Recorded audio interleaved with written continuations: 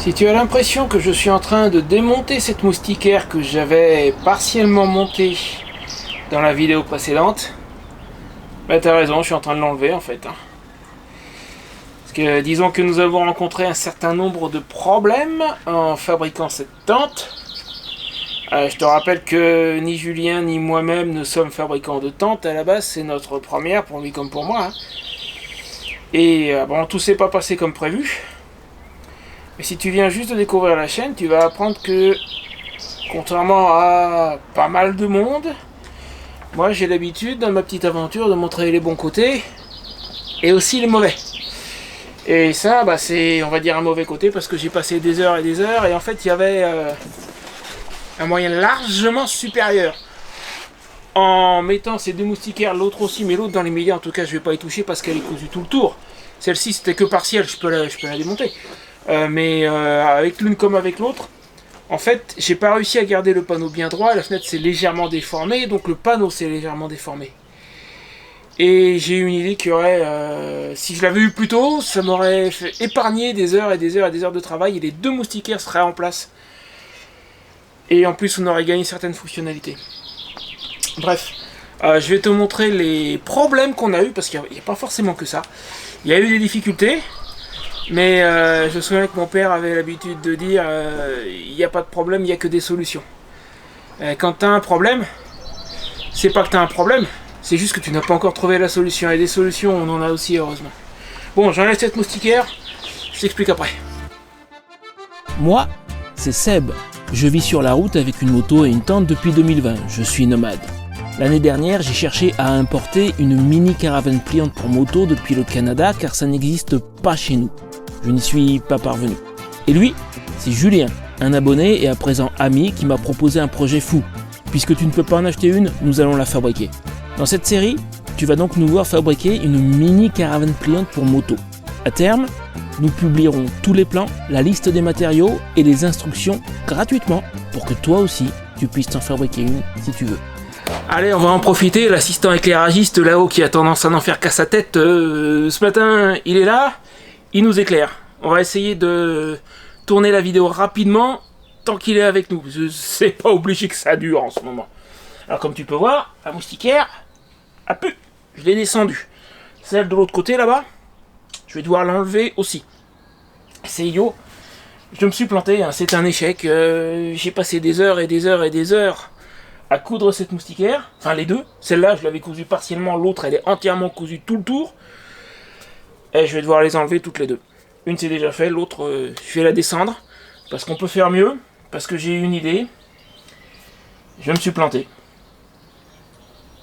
Ou pas. Là, ce que je vais dire, ça va pas plaire à certains de mes contradicteurs. Notamment à certains qui ont commenté sur la vidéo sur la retraite. Parce que c'est une question de mentalité en fait.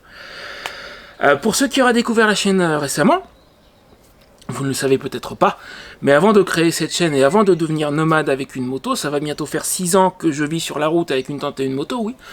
Mais avant ça, j'ai travaillé à peu près 10 ans avec une société américaine. Plus exactement, des Canadiens installés au Texas. À l'époque où je les ai connus, ils étaient déjà au Texas. Et je me suis rendu 2 fois à côté de San Antonio.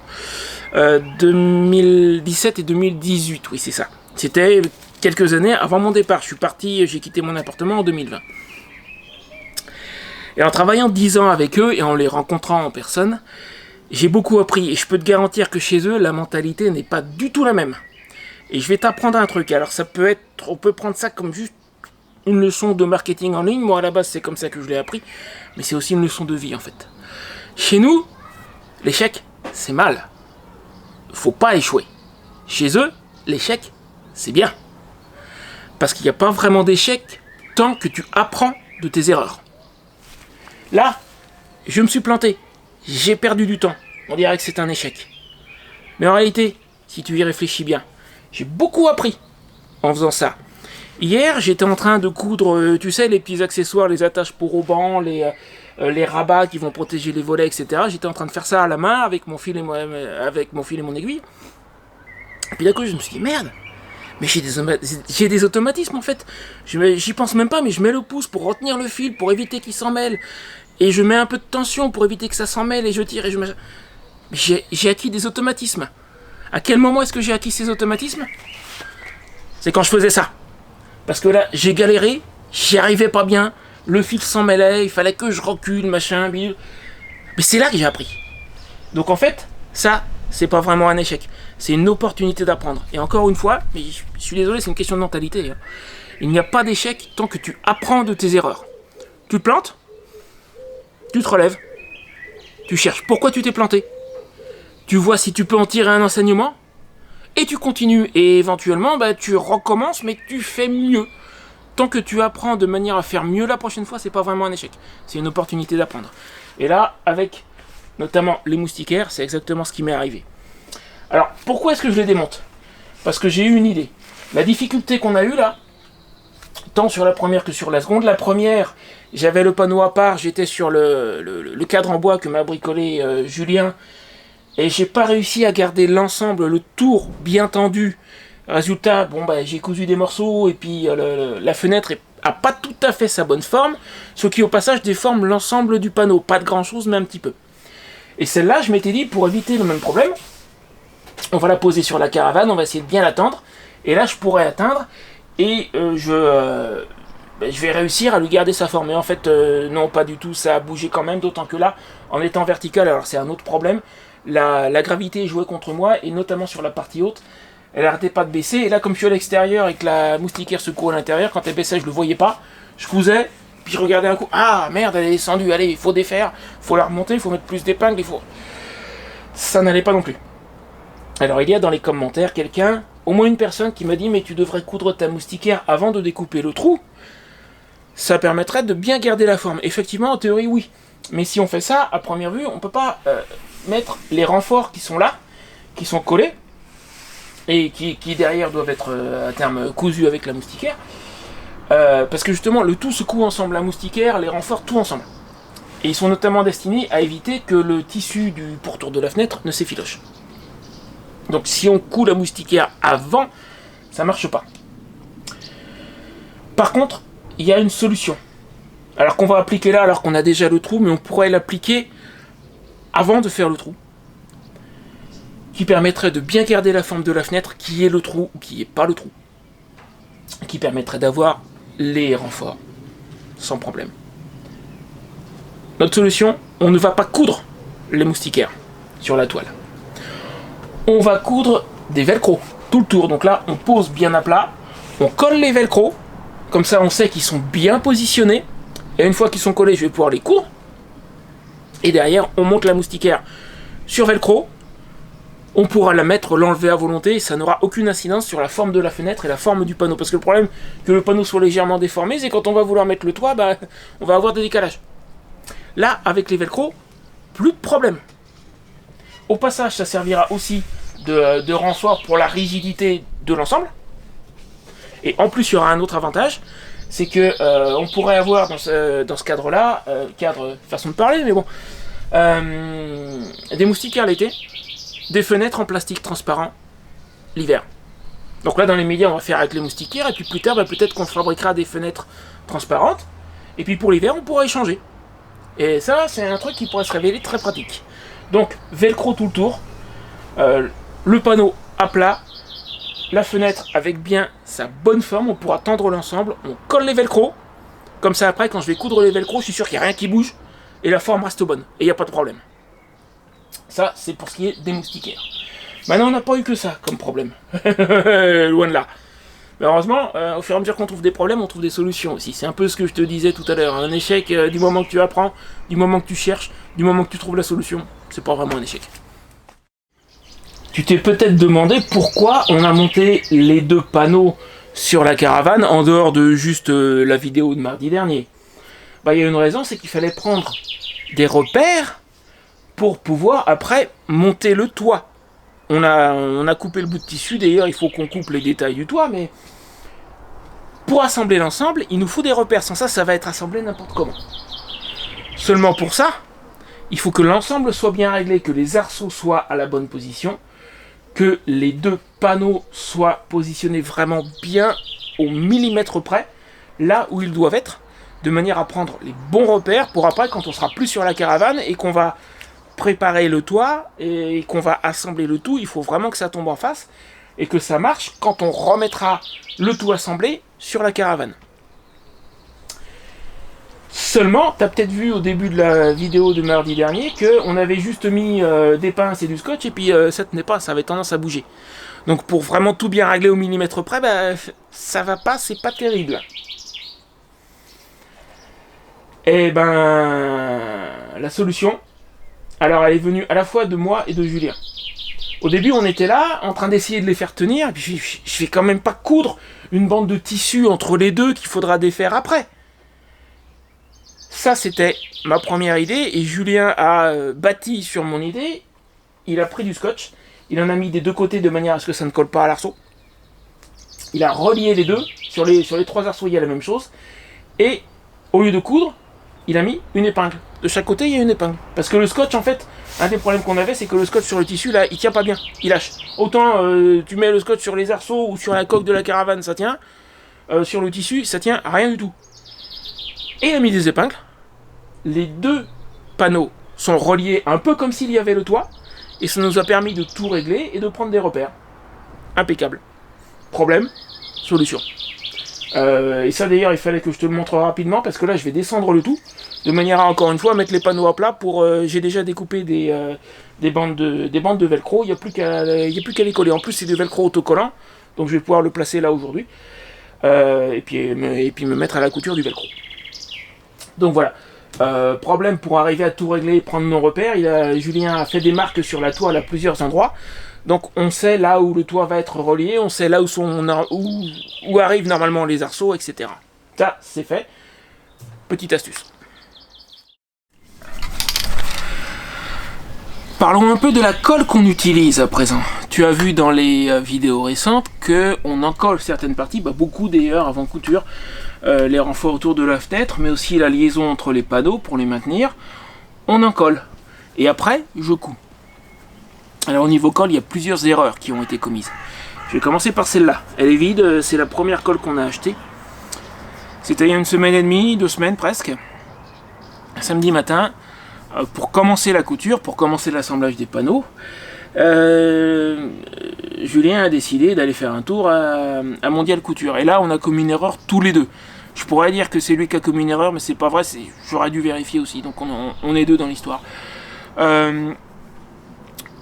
On part à Mondial Couture pour ce qu'on pensait être l'ouverture à 9h. Donc 8h30, hop, on est sur la route. Même un peu après, 8h40, un truc comme ça, parce qu'il n'y a pas très loin de chez lui. Et là, en cours de route, réflexe, moi j'y avais pas pensé du tout. Et Julien qui se dit, mais est-ce qu'ils ouvrent vraiment à 9h le samedi? On regarde, ils ouvrent à 10h. Et c'est là où je te dis que moi aussi je suis coupable, parce que autant Julien aurait dû vérifier l'horaire d'ouverture avant de partir, autant moi j'aurais dû vérifier aussi, parce que je savais qu'on allait y aller. Et on aurait pu attendre une petite heure et travailler sur la découpe des panneaux avant de nous rendre à Mondial Couture pour 10h. Voilà, on était déjà en route. Donc qu'est-ce qu'on fait? Il est presque 9h, est-ce qu'on attend 1 heure que Mondial Couture ouvre, mais on perd 1 heure alors qu'on n'a pas non plus un temps... voilà. Ou est-ce qu'on va acheter ce dont on a besoin, dont la colle, ailleurs? Finalement, on va dans une mercerie. Il y avait cette colle-là qui était sur une étagère derrière le comptoir. Je lui ai demandé combien il la vendait, 11 €, ok, bon, on a pris, il nous fallait de la colle, et hop. Sauf que, alors, c'est une colle néoprène, pour tissu, tout bien, comme il faut. 250 ml, pour 11 €. Et là, le problème, c'est que c'est très très très cher pour la quantité. Si tu regardes sur Amazon, et je te dis pas qu'il faut acheter sur Amazon, pas forcément, il y en a qui n'aiment pas ça, mais moi j'aime bien m'en servir comme référence pour savoir le genre de prix qu'on peut trouver, le genre de produit qu'on peut trouver et combien ça vaut. Et tu vas trouver, alors pas forcément la même marque, mais tu vas trouver des colles néoprène pour tissu, 500 ml, 14 €. 250 ml, 11 €. En fait, elle avait l'air pas chère, mais à la quantité, elle est très chère. Pas terrible. Donc on pouvait pas continuer avec ça. Et puis le premier week-end on l'a vidé en fait. Les 250 ml ils sont passés rien que sur le premier panneau en gros. Quelques jours plus tard, action. Colle pour plastique, carton, tissu. Même pas 3 €. la bombe de 300 ml. Il y en a plus et c'est beaucoup moins cher. On dit allez, banco. On en prend une, on essaie, ça a l'air de bien marcher. Et bon, on y retourne et on a dû en ramener, je crois, 3 de plus, histoire d'avoir la réserve, parce que c'est pas dit qu'ils en aient tout le temps. Action, ça varie. Si ça se trouve, la semaine prochaine, il n'y en aura plus. On a fait une petite réserve. À 3 € la bombe, on pouvait y aller. Ouais. Sauf que celle-ci, ça n'est pas une colle néoprène. On s'en est aperçu par hasard, dans une colle néoprène, il n'y a pas de solvant. Donc tu en mets un coup, elle sèche, tu en remets, ça ne défait pas ce que tu as collé avant. Celle-ci, il y a un solvant dedans. Et pour faire la liaison entre les panneaux, ce qu'on a fait jusqu'ici, c'est qu'on a positionné les panneaux l'un à côté de l'autre, on a en collé un premier coup, superposé 2 morceaux, attendu que ça sèche, rabattu, remis de la colle, attendu que ça sèche, rabattu, etc. Donc sur la même zone, on met de la colle plusieurs fois. Et comme dans celle-là, il y a un solvant, et ben le deuxième encollage défait la colle qui a été mise avant sur la première partie. Alors sur ce deuxième panneau où on a utilisé cette colle, Julien a quand même réussi à assembler le tout, mais forcément il s'en est mis plein les doigts.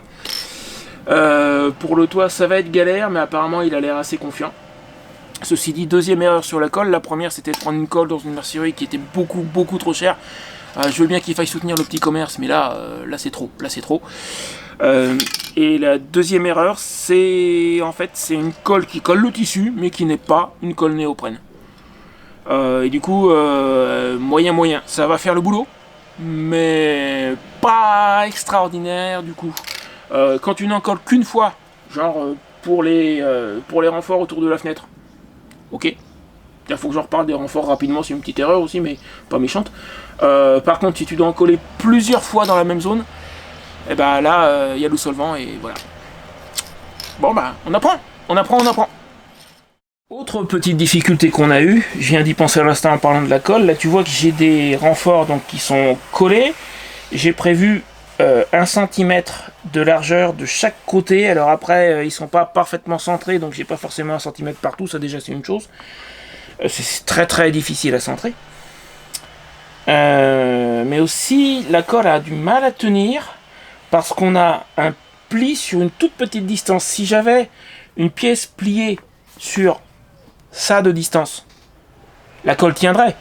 Mais là, j'ai une pièce pliée sur une toute petite distance et le pli tire, ça a tendance à aller se défaire. Et l'accroche de la colle sur aussi peu de tissu est pas tout à fait suffisante, donc ça a une petite tendance à se défaire. Après, la colle suffit pour le tenir le temps de coudre, et une fois que c'est cousu, après, pas de souci. Mais sur le moment, ça tient assez moyennement, je pense, parce que ces pièces sont toutes petites et qu'elles sont pliées. Sur, par exemple, les rabats que j'ai prévu de mettre sur le côté de la fenêtre, qui font, je crois, quelque chose comme 4 ou 5 cm de large, ce sont aussi 2 pièces pliées, mais là c'est beaucoup plus large, et une fois collé, une fois bien pressé, ça tient, il n'y a pas de souci. Là par contre c'est beaucoup plus petit et ça a plus de mal à tenir. Bon bah c'est un peu normal en fait, c'était à prévoir, c'est pas très grave. Une fois que ça sera cousu, quand c'était cousu avec la moustiquaire, ça tenait très bien. Quand ça sera cousu avec les velcro que je vais positionner juste sur mes renforts, ça tiendra aussi, il n'y aura pas de souci. Bon, bah quand faut y aller, moi ma tâche du jour c'est de m'occuper de ces velcro. Hein. J'ai déjà découpé le nécessaire pour une fenêtre. Il faudra que je découse l'autre fenêtre et que je fasse le velcro. Ça c'est ma tâche d'aujourd'hui. Donc bah, allons-y. On descend.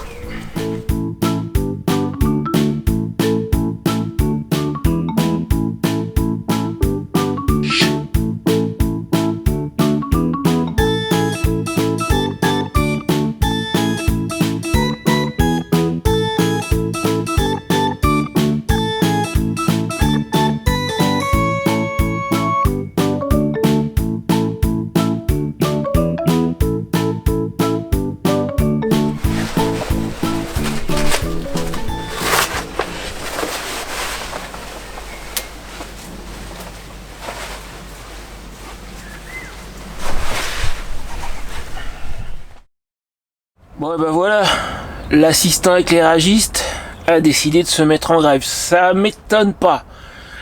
Ce matin c'est vent, nuages et pas beaucoup de lumière. Heureusement que j'ai tourné à peu près tout ce que j'avais à tourner en extérieur hier. Du coup, je me retrouve dans ma tente.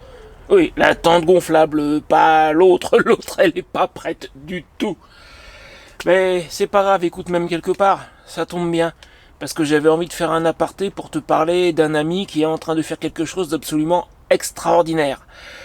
D'ailleurs, au passage, puisque je n'ai pas trouvé de partenaire pour nous aider à coudre cette tente, partenaire qui aurait pris cette place dans ma vidéo et dans les autres, ben, tant pis pour les partenaires potentiels, et autant que ce soit un ami qui prenne la place.